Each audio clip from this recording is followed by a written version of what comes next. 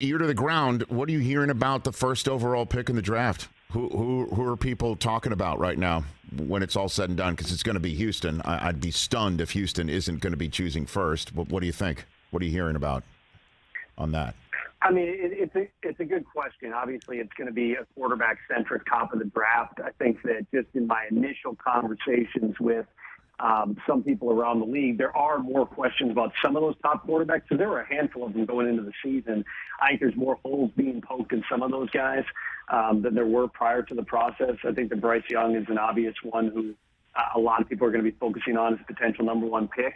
He may not have the stature. You know, you're talking about another 6-foot-tall quarterback who, you know, probably weighs 200 pounds soaking wet, and that's going to raise some questions and concerns for people, but it didn't stop people from drafting Baker or Kyler Murray at a similar height in the past. So I think it's going to be very quarterback-centric, and you look at the teams that are drafting up at the top there, it'll be, you know, Detroit with the Rams pick. It's obviously going to be the Texans drafting very high. It is going to be, you know, Seattle that owns Denver's pick. Are they willing to, you know, move forward with Geno Smith? He played great.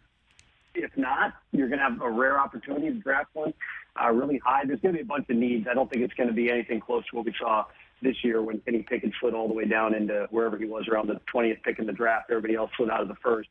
It'll be a multiple quarterback in the first-round draft, and that's going to be all the focus going to number one. And is there any way for Nathaniel Hackett to save his gig right now? Has it reached that point in Denver, do you think?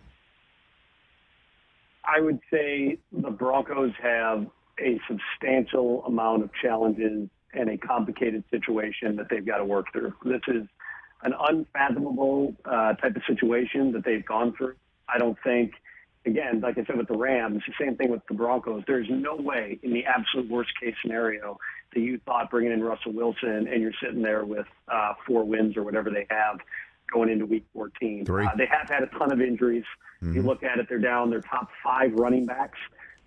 3 of their top 4 receivers have been out. Now Cortland Sutton's hurt. Their tight end this time. Down their top 3 offensive tackles. They've been banged up on defense. And the quarterback hasn't played well. You're committed to the quarterback at a very high dollar number. It's a 3-year full guarantee. Your out is after year 2, so after 2023. Your coach is not making nearly that much money. So consider that the frame of reference for how the Broncos have to try to find a path forward here. The bottom line is they have to get Russell Wilson playing better because they're committed to him, and that just hasn't happened regardless of all the efforts Nathaniel Hackett's made to change things up and change the play caller and just try to find some way to get things going. Catch the Rich Eisen Show every single day on the Roku channel, 12 to 3 Eastern, for free.